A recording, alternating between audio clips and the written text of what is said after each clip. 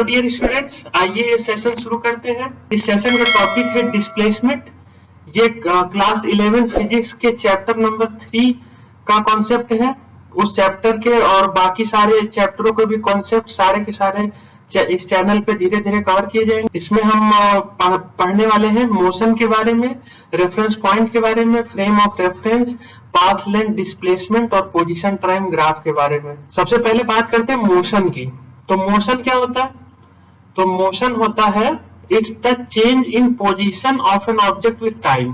तो बदलते टाइम के साथ अगर किसी चीज की पोजीशन चेंज हो रही है तो उसको मोशन बोला जाता है। It's if object is in motion how we can measure and compare, for that we need a system. अगर ऑब्जेक्ट कोई मोशन में है, अब हमने मोशन जान लिया क्या है, बट अगर कोई ऑब्जेक्ट मोशन में है और दूसरी भी एक ऑब्जेक्ट मोशन में है तो हम उसको कैसे कंपेयर करें या फिर उस मोशन को कैसे हम मेजर करें कि कितना वो मोशन हो रहा है। तो उसके लिए हमें एक सिस्टम की जरूरत है। तो अब वो सिस्टम में कैसे बनेगा? तो उसके लिए हम क्या करते हैं, उसके लिए हम एक रेक्टेंगुलर कोऑर्डिनेट सिस्टम चूज करते हैं। किस चीज का? एक्स, वाई और जेड एक्सिस का।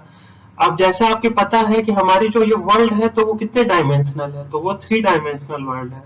तो इसमें हाइट है, लेंथ है और ब्रेथ है।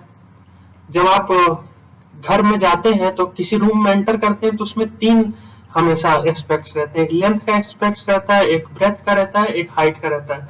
तो इस वजह से हमारा जो भी मोशन होगा तो ये इसी 3 डायमेंशन में होगा।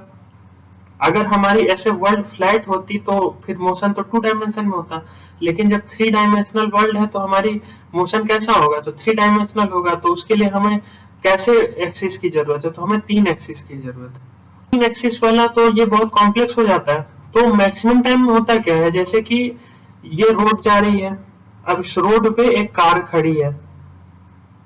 अब ये कार आगे को मूव करेगी या पीछे को मूव करेगी? तो इसके बाकी तो 2 डायमेंशन काम में नहीं आ रहे हैं, ये तो सिंगल डायमेंशन में चल रही है। तो इसलिए मोस्ट ऑफ द टाइम जो हमारा सारे जो डिस्टेंस और डिस्प्लेसमेंट का जो मेजरमेंट होता है तो वो लीनियर मोशन का होता है। तो इसलिए लीनियर मोशन काफी हावी रहता है। तो उसमें हम वाई एक्सिस और जेड एक्सिस में जब कोई चेंज ही नहीं होता है तो इनको हटा देते हैं और केवल एक्स एक्सिस रह जाती है। तो उसी पे फिर हम पूरा कैलकुलेशन करते हैं। एक कमरे में ऐसे टेबल लगी हुई है, उसके ऊपर एक एप्पल रखा हुआ है। तो अब उस एप्पल को तो हम ये कह सकते हैं कि it is over the table, but अगर हमें मैथ में कैलकुलेट करना पड़ेगा तो हम उसको ओवर द टेबल लिख के कैलकुलेट नहीं कर सकते ना। तो उसके लिए हम एक सिस्टम बनाते हैं। सिस्टम क्या बनाते हैं? एक्सिसों का सिस्टम बनाते हैं। तो अब जैसे ये नीचे से 5 ऊपर है तो ये इस वाली एक्सिस की वैल्यू 5 हो जाएगी। अगर ये रूम में इस साइड से 6 था तो फिर सेकंड नंबर पे 6 आ जाएगा। तो ऐसे करके हम इसको एक वैल्यू दे देते हैं इसके पोजीशन को। फिर जब दूसरी पोजीशन होगी तो उसको एक वैल्यू दे देंगे। अब ये जो 5, 6, 7 जो इसका मेजर किया जा रहा है तो ये पॉइंट से मेजर किया जा रहा होगा। तो जिसको 0, 0, 0 हमने कंसीडर किया है, तो ये जो 0, 0, 0 हमने जो कंसीडर किया है इसके रेस्पेक्ट में बात होती है ना हर चीज की। जैसे मान के चले सीधी लाइन भी है तो यहाँ पे 0 है और अगर यहाँ पे 5 है और यहाँ पे -5 है तो ये 0 के एस्पेक्ट्स में 5 है ना। तो ये जो हमारा पॉइंट होता है जहां से ये सारा कुछ जिसके परिप्रेक्ष्य में देखा जाता है तो उसको रेफरेंस पॉइंट बोलते हैं। रेफरेंस मतलब क्या होता है कि रेफर करना, मतलब किसी चीज के परिप्रेक्ष्य में देखना। तो मतलब हमारा 0, 0, 0 जो है वो हमारा रेफरेंस पॉइंट होता है। इसका एक बहुत छोटा सा एग्जांपल लेके देखते हैं। मान के चलिए आपका ये घर है, घर के आगे गेट के पास आप निकलते हैं और जाते हैं इधर एक दुकान में और इधर जाते हैं एक दुकान में। तो आप क्या बोलेंगे कि ये दुकान इधर से 50 कदम दूर है और ये दुकान 100 कदम दूर है। तो ये कहां से है? ये तो ये आपके घर से दूर है। तो ये घर आपका क्या हो गया? ये आपका रेफरेंस पॉइंट हो गया।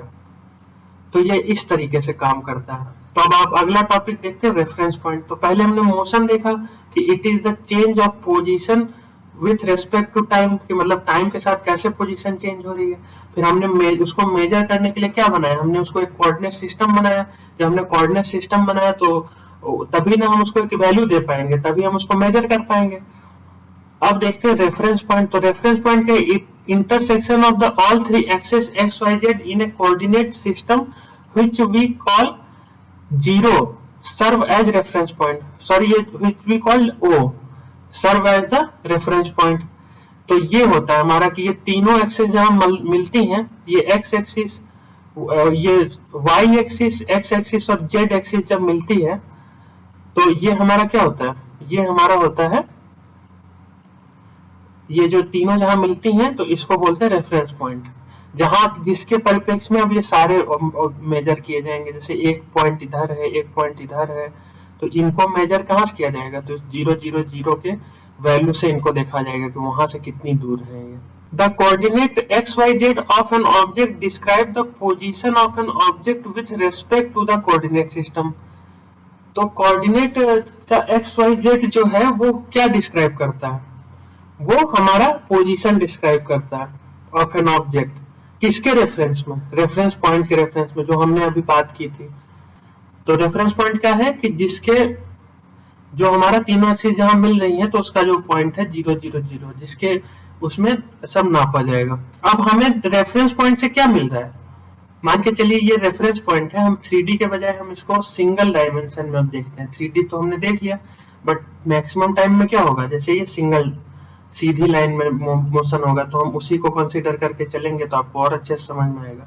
तो ये सीधी लाइन है, ये हमारा 0 है, 0 मान के चलिए जहां पर आपको, जहां से आपको मेजर करना है। प्रैक्टिकल लाइफ में ये 0 क्या होगा कि जैसे आपके ऑफिस से आपका घर कितनी दूर है, तो अगर आप ऑफिस से मेजर कर रहे हैं तो आपका ऑफिस 0 0 होगा। तो इस तरीके की चीज होती है, तो ये 0 0 है।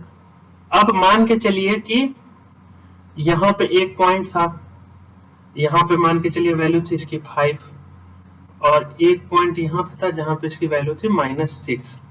तो अगर ये ऑब्जेक्ट यहाँ से यहाँ मूव होती है तो हम ये तो बता सकते हैं कि कैसे मूव हो रही है, और ये इसकी वैल्यू 5 से 6 चेंज हो रही है। अब इसमें हम क्या करें, इसमें हम ऐसे तो बस इतना बता पा रहे हैं ना कि कितने से कितना हुआ। अगर हम इसमें एक घड़ी जोड़ दें, एक क्लॉक जोड़ दें, क्लॉक क्या बताएगी हमें, टाइम बताएगी। तो हम क्या बता सकते हैं कि ये 5 से -6 जाने में इसको कितना टाइम लगा, मान के चलिए इसको आधा घंटा लगा। तो हम ये बता पा रहे हैं ना कि 5 से 6 जाने में इसको हाफ एन आवर लगा।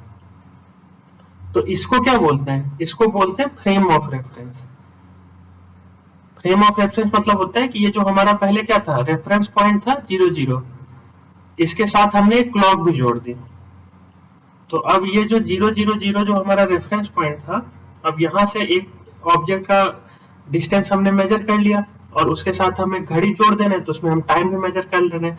तो हम अब क्या क्या बता पा रहे हैं, वो हम क्या क्या बता पा रहे हैं, तो हम पहला तो उसका पोजीशन बता पा रहे हैं, फिर उसके बाद हम ये बता पा रहे हैं कि वो उसने कितना डिस्टेंस पा रहे हैं, कि मान के चलिए 5 से वो 6 गया। के साथ हम उसका टाइम भी बता पा रहे हैं कि उसका 1 घंटे में गया, 1 आवर में। Coordinate system gives us position of the object. Coordinate system ने हमें क्या दे दिया, हमें पोजीशन दे दिया। If we add aspect of time measurement a clock to this we get frame of reference. तो अब हम कोऑर्डिनेट सिस्टम के साथ क्या जोड़ दे रहे हैं, हम जोड़ दे रहे हैं एक टाइम नापने का भी जोड़ दे रहे हैं, तो वो हमारा फ्रेम ऑफ रेफरेंस हो गया। This frame of reference can be used to trace motion. अब ये मोशन को ट्रेस करने में यूज होता है, जैसे change in position with time, कि पहले 5 पे था, फिर 6 पे गया, फिर 7 पे गया, मतलब पहले उसने 5 किलोमीटर कवर किया, फिर 6 किलोमीटर मतलब 1 किलोमीटर और कवर किया, तो ये 1 घंटे में कर रहा है। तो ऐसे इसके टाइम के साथ हम इसको ट्रेस कर सकते हैं। कि मान के चलिए दिल्ली से मुंबई का डिस्टेंस तो हम बता दिए कि 120 किलोमीटर है, लेकिन मोशन तो पूरा नहीं हुआ ना। मोशन क्या था, हमारा मोशन का डिफिनेशन में क्या था कि change in position of object with time. तो ये जो टाइम है ये भी बताना पड़ेगा ना मोशन को बताने के लिए। तो मोशन को बताने के लिए जब ये टाइम बताना पड़ेगा तो हम तो बस बोल देंगे कि दिल्ली से मुंबई 120 किलोमीटर है, लेकिन जब हम ये बताएंगे कि दिल्ली से मुंबई हमारी कार गई 5 घंटे में 120 किलोमीटर, तब तो हम उसका पूरा मोशन डिस्क्राइब कर रहे हैं। In one or more coordinates of an object change with time we can say that object in motion. तो अगर एक या एक से ज्यादा कोऑर्डिनेट अगर टाइम के साथ चेंज हो रही हैं किसी ऑब्जेक्ट की, तो वो हम क्या बता सकते हैं कि वो ऑब्जेक्ट मोशन में है। Otherwise object is set to be the rest with respect to the frame of reference. अब मान के चलिए कि हमारा ये 3 डायमेंशनल में यहाँ पे फ्रेम ऑफ रेफरेंस में कोई ऑब्जेक्ट है, तो जब तक ये अपनी पोजीशन चेंज नहीं कर रही तब तक तो ये रेस्ट में है, पर ये जब चेंज करने लगेगी तो ये मोशन में आ जाएगी। For describing motion in one dimension, we need one axis. To describe motion in 2 dimension, we need 2 axis, and to describe motion in 3 dimension, we need 3 axis. तो ये होता है हमारा मोशन 3 डायमेंशन में। तीनों का मैं एक एग्जांपल देता हूँ फटाक से, फिर नेक्स्ट टॉपिक में चलते हैं। अब जैसे मान के चलिए कि एक बंदूक है, देखिए हर मोशन 3 डायमेंशनल ही है। अगर एकदम पॉइंट टू पॉइंट ट्रेस किया जाए, मान के चलिए एक कार सीधी रास्ते पे चल रही है, भले वो कहीं ना मुड़े, लेकिन वो हल्का फुल्का रोड में तो लेफ्ट राइट हो ही रही है, प्लस उसका ऊपर नीचे हाइट भी हल्का फुल्का उसके जो टायर का प्रेशर है उसकी वजह से कम हो रही है। लेकिन जो हमारा वो होता है वो हम इग्नोर कर देते हैं, क्योंकि 3 डायमेंशनल वर्ल्ड में every motion will be in 3 dimension, but हम छोटी चीजों को इग्नोर कर देते हैं for the sake of calculation. सीधा मोशन कैसा हो गया, जैसे एक बुलेट फायर की गई, तो बुलेट हम एज्यूम करेंगे एकदम सीधी जा रही है, तो ये हो गया हमारा 1 डायमेंशन का मोशन। 2 डायमेंशन का मोशन कैसा हो गया, तो आपने कभी फुटबॉल फील्ड में प्लेयर्स को दौड़ते देखा है, तो ये देखिए ऐसे मतलब एक प्लेन में दौड़ते हैं ऐसे, तो ये 2 डायमेंशन हो गया मोशन। फिर एक 3 डायमेंशनल मोशन कैसे हो गया, तो जैसे एक ये एक्वेरियम है, एक्वेरियम के अंदर क्या है, एक्वेरियम के अंदर मछली है, तो वो कैसे मूव करती है, कभी इधर जाती है, कभी थोड़ा सा ऊपर जाती है, कभी ऐसे जाती है, तो ये हो गया हमारा 3 डायमेंशन मोशन। अब ये अगर प्लेयर भी ऐसे अपने सर पे बैलून बांध के ऐसे उड़ने लगे, ऐसे कल को कोई अलग मैच आए, जैसे आपने हैरी पॉटर मूवी में देखा होगा जो क्विडिच खेलते हैं, तो क्विडिच में क्या था कि 3 डायमेंशनल मोशन होता था, तो तब ये भी 3 डायमेंशन हो जाएगा। आइए आगे देखते हैं पाथ लेंथ। पाथ लेंथ क्या होता है, तो इसका नाम ही बता दे रहा है क्या होता है ये, कि एक पाथ है और वो कितनी लंबी है, मतलब कितना दूरी चला। अगर बस यहाँ से शुरू हुई थी और बस यहाँ पे गई, तो एकदम हम उसको नापते जाएंगे कि यहाँ मुड़ी थी तो इतना गई, इतना गई, इतना गई, तो जब उसके पूरे रास्ते का लेंथ नाप लेंगे तो उसको क्या हो जाएगा, उसको बोलेंगे path length. As the name suggests, it is the length of the path taken by an object in the course of motion. तो ये ऑब्जेक्ट के द्वारा लिया गया पाथ की लेंथ है, सीधी सीधी बात। For example, if car moves from Delhi to Mumbai, we will find the length of the road travel. और एक कार थी, अब यहाँ से चली है और यहाँ इसको दिल्ली से मुंबई जाना था, बहुत लंबा रास्ता तय कर रही है कार ये, तो ऐसे घूम घूम के जा रही है ये अलग अलग रोड से। तो हम जब डिस्प्ले पाथ लेंथ निकालेंगे तो क्या करेंगे, ये पूरा मेजर करेंगे कहाँ कहाँ से गई है ये। अब ये एक स्केलर क्वांटिटी है, तो स्केलर और वेक्टर तो आपने पढ़ा ही होगा, नहीं पढ़ा होगा तो आगे पढ़ेंगे, और मैं इसके ऊपर भी वीडियो बनाऊंगा आगे जा करके, उसको भी देख करके समझ सकते हैं। यहाँ पे मैं बहुत ब्रीफ में बता देता हूँ।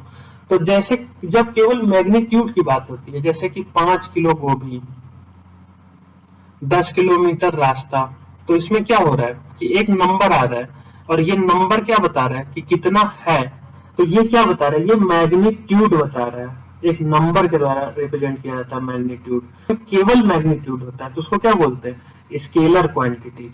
तो वेक्टर क्वांटिटी कुछ इस टाइप की होती है, उनमें डायरेक्शन भी बताया जाता है। जैसे कि हम क्या बोलते हैं, जब वेलोसिटी की बात करते हैं तो हम बोलते हैं बस जा रही है, किधर जा रही है, तो ये जा रही है, पहले तो हम बात करेंगे किस चीज की, बस की वेलोसिटी की बात करेंगे, तो वेलोसिटी कितनी बताएंगे हम लोग, वेलोसिटी बताएंगे 50 किलोमीटर पर आवर। तो अभी ये कंप्लीट नहीं हुई वेलोसिटी, 50 किलोमीटर पर आवर किधर, टुवर्ड द ईस्ट, तो ये हो गया कंप्लीट। तो इसमें ये हो गई हमारी क्या, ये मैग्नीट्यूड हो गया और ये डायरेक्शन। तो वेक्टर क्वांटिटी क्या होता है, मैग्नीट्यूड प्लस डायरेक्शन दोनों होते हैं उसमें। अब डिस्प्लेसमेंट की बात करते हैं, तो डिस्प्लेसमेंट बहुत सीधी सादी चीज है। तो एक पॉइंट ए है, एक पॉइंट बी है, तो सीधा साधा क्यों है, इन दोनों के बीच में कितना डिस्टेंस है, पहला तो ये मेजर कर लिया जाएगा, 10 किलोमीटर है मान के चलिए, और दूसरा क्या मेजर कर लिया जाएगा कि अगर सिंगल साइड में है तो अब उसके उस पर डिपेंड करता है कि किस तरीके का इसमें हम कोऑर्डिनेट ज्योमेट्री यूज कर रहे हैं, तो उसके हिसाब से हम इसका डायरेक्शन दे देंगे। तो नॉर्मली जब सिंगल लीनियर मोशन का जब हम करते हैं तो क्या कर देते हैं, माइनस कर देते हैं। माइनस कब कर देते हैं, मान के चलिए ये फ्रेम पॉइंट था, तो इधर वाले लेफ्ट वाले माइनस हो जाते हैं, राइट वाले प्लस हो जाते हैं। तो ये हमें क्या बताता है कि पीछे साइड को गई थी कार की, आगे साइड को गई थी, ये हमारा डिस्प्लेसमेंट हो जाता है। तो इसमें क्या क्या हो रहा है, पहला तो हम बता रहे हैं कि दो दूरी, लेकिन हम पास नहीं नाप रहे हैं, हम सीधा नाप रहे हैं कि मतलब कितनी दूरी था। जैसे इसका एक और एग्जांपल लेके देखिए, जैसे मान के चलिए आपका घर है ये x और ये आपका स्कूल है। अब रोड कैसे जा रही है, रोड तो ऐसे ऐसे जा रही है। तो हम जब डिस्प्लेसमेंट निकालेंगे तो हम क्या निकालेंगे, हम सीधा ये निकालेंगे। तो अभी 500 मीटर में अभी ये डिस्प्लेसमेंट पूरा कंप्लीट नहीं हुआ, 500 मीटर के अलावा हम और बताना पड़ेगा। अगर ये 2 डायमेंशन में नाप रहे हैं तो हम लोग इसमें क्या बताएंगे कि नॉर्थ ईस्ट डायरेक्शन में है, क्योंकि अगर ये रेफरेंस पॉइंट है हमारा तो ये किधर है, तो ये तो नॉर्थ ईस्ट डायरेक्शन में हो गया स्कूल। तो ये हम क्या बताएंगे कि 500 metre in the north east direction. तो आइए एग्जाम्पल देखते हैं। तो एग्जाम्पल में हमारा कैसे है, मान के चलिए ये हमारा रेफरेंस पॉइंट है 0।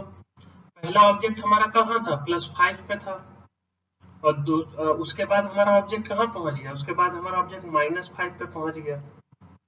तो अब हम अगर इसका डिस्प्लेसमेंट इस फॉर्मूला के हिसाब से निकालेंगे तो क्या हो जाएगा डिस्प्लेसमेंट, तो ये डिस्प्लेसमेंट हो जाएगा x2 - x1। तो x1 क्या है यहाँ पे, x1 हमारा है +5 और x2 क्या है -5। तो ये हमारा क्या हो जाएगा, -5 माइनस 5, ये क्या हो जाएगा हमारा -10 हो जाएगा। तो इससे हमें क्या पता चला, इससे हमें मैग्नीट्यूड पता चला। तो मैग्नीट्यूड कितना है, तो मैग्नीट्यूड दोनों के बीच का 10 है मैग्नीट्यूड। और डायरेक्शन क्या है, तो डायरेक्शन अब हमारा कहाँ पहुंच गया, तो डायरेक्शन इस साइड पहुंच गया ना। तो इसमें डायरेक्शन माइनस से हमारा डायरेक्शन पता चल गया। x2 is greater than x1 then delta x is positive. तो अगर x2 ग्रेटर है x1 से तो डेल्टा x पॉजिटिव हो जाता है, और if x2 is less than x1 then delta x is negative. तो डिस्प्लेसमेंट के साथ हमारे ये डायरेक्शन भी बता देता है। तो वो चीज है यहाँ पे कि x2 बड़ा है कि x1 बड़ा है, उसके हिसाब से। डेल्टा सिंबल क्या जो यहाँ पे दिखाया गया ये क्या है, तो ये चेंज क्या शो करता है, चेंज इन क्वांटिटी, कि क्वांटिटी कैसे चेंज हुई है उसको शो करता है। तो ये है डेल्टा हमारा। आगे देखते हैं, as displacement is a vector quantity it have both magnitude and direction. तो ये तो हम बात कर ही चुके हैं। अब रेक्टिलिनियर मोशन की बात करते हैं। तो रेक्टिलिनियर मोशन क्या होता है, तो मोशन इन स्ट्रेट लाइन, जिसकी बात हम अभी तक करते आ रहे थे कि स्ट्रेट लाइन में जब मोशन हो रहा है तो क्या है, वो रेक्टिलिनियर मोशन है, हमेशा एक ही एक्सिस में ये होता है मोशन। उसके बाद देखते हैं फ्यू पॉइंट्स टू रिमेम्बर, कुछ पॉइंट्स देखते हैं जो कि बहुत इंपॉर्टेंट है। Path length can be equal to the displacement if the movement is in linear without changing direction, otherwise it is. इसीलिए जो है क्या हो सकता है, पाथ लेंथ कभी निगेटिव नहीं हो सकती, क्योंकि अगर कोई चीज चल रही है, मान के चलिए कोई चल के वापस भी आ गया है चीज, तो तब भी उसका जीरो नहीं होगा, क्योंकि उसके पास तो उसने कवर किया ही है। लेकिन जो ये होता है हमारा डिस्प्लेसमेंट होता है, तो ये जीरो हो जाता है। जब वो जीरो हो सकता है, मतलब अगर ए से गया चीज, कोई इधर गया फिर इधर गया फिर इधर गया और फिर ए में लौट आया, तो ये डिस्प्लेसमेंट कितना हो जाएगा, जीरो। ये देखते हैं पोजीशन टाइम ग्राफ। तो पोजीशन टाइम ग्राफ में क्या है, तो ये हमारा टाइम है और ये हमारी पोजीशन है। तो अगर स्टेशनरी ऑब्जेक्ट है तो हर टाइम के साथ क्या होगी, सेम पोजीशन होगी। जैसे 1 सेकेंड पे भी ये मान के चलिए 3 पे था, 2 सेकेंड पे भी 3 पे है।